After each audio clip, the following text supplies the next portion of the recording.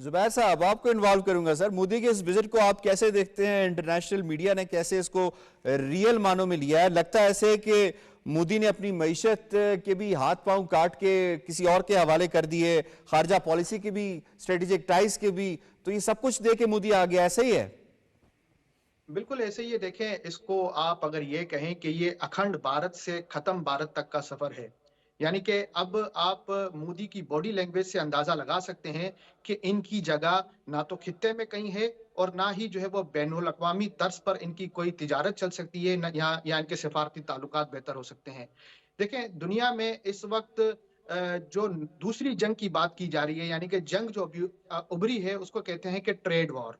बहुत सारे प्रोग्रामों में उसको डम्ब ट्रेड वॉर के नाम से भी जो है वो मेंशन किया गया है कि जो ट्रम्प की टैरिफ की पॉलिसी है वो शायद कामयाब ना हो। लेकिन मैं आपको ये बताता चलूं कि इंडिया की जो इस वक्त माशी हालात हैं वो इसलिए खराब हैं कि देखें, इंडिया के पास ना तो प्रॉपर लैंड है, ना लेबर है, ना कैपिटल है, ना ऑर्गेनाइजेशन है। यानी कि जो 4 फैक्टर ऑफ प्रोडक्शन होते हैं, वो ट्रेड जी। वार के लिए ज़रूरी होते हैं।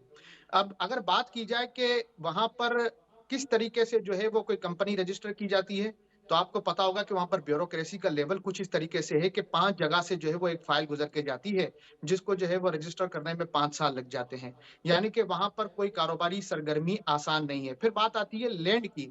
तो लैंड एक्विजिशन के हवाले से मैं कहूँगा कि 2005 में वहाँ पर एक दुनिया की बहुत बड़ी स्टील मिल जो है वो इन्वेस्ट करने वाली थी। लेकिन हुआ ये कि क्लाइमेट चेंज और प्रोटेस्ट की वजह से उनको लैंड एक्विजिशन नहीं मिल सकी और उन्होंने वहाँ पर इन्वेस्टमेंट नहीं की। फिर बात आ जाती है इस वक़्त दुनिया के अंदर स्किल्ड लेबर की। इंडिया के पास आबादी बहुत है लेकिन स्किल्ड लेबर नहीं है। यानी कि उनके पास उनकी आबादी का तकरीबन 5% ऐसा स्टाफ आप कह सकते हैं कि जो स्किल्ड लेबर में शुमार होता है। यानी कि अगर वहाँ पर कोई भी दुनिया की कंपनी इन्वेस्ट करेगी, कोई कंपनी खोलेगी तो उसको जो है वो लेबर भी बाहर से लाना पड़ेगा।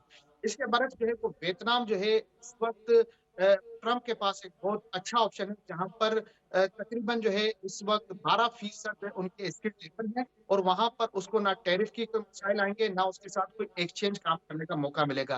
दूसरा ये है कि भारत की अगर बात की जाए तो भारत के हवाले से दुनिया में कहा जा रहा है कि भारत खित्ते में अगर बात करें बांग्लादेश, अगर बात करें आप में दूसरी की ममालिक है जहाँ पर भारत ने सरमायाकारी की के आगे चल के शायद कोई इकोनॉमिकल फ़वायद हो तो वो हासिल नहीं हुए।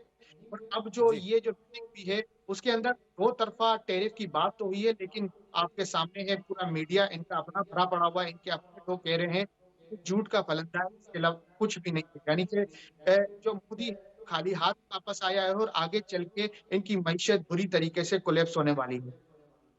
सही जी। है।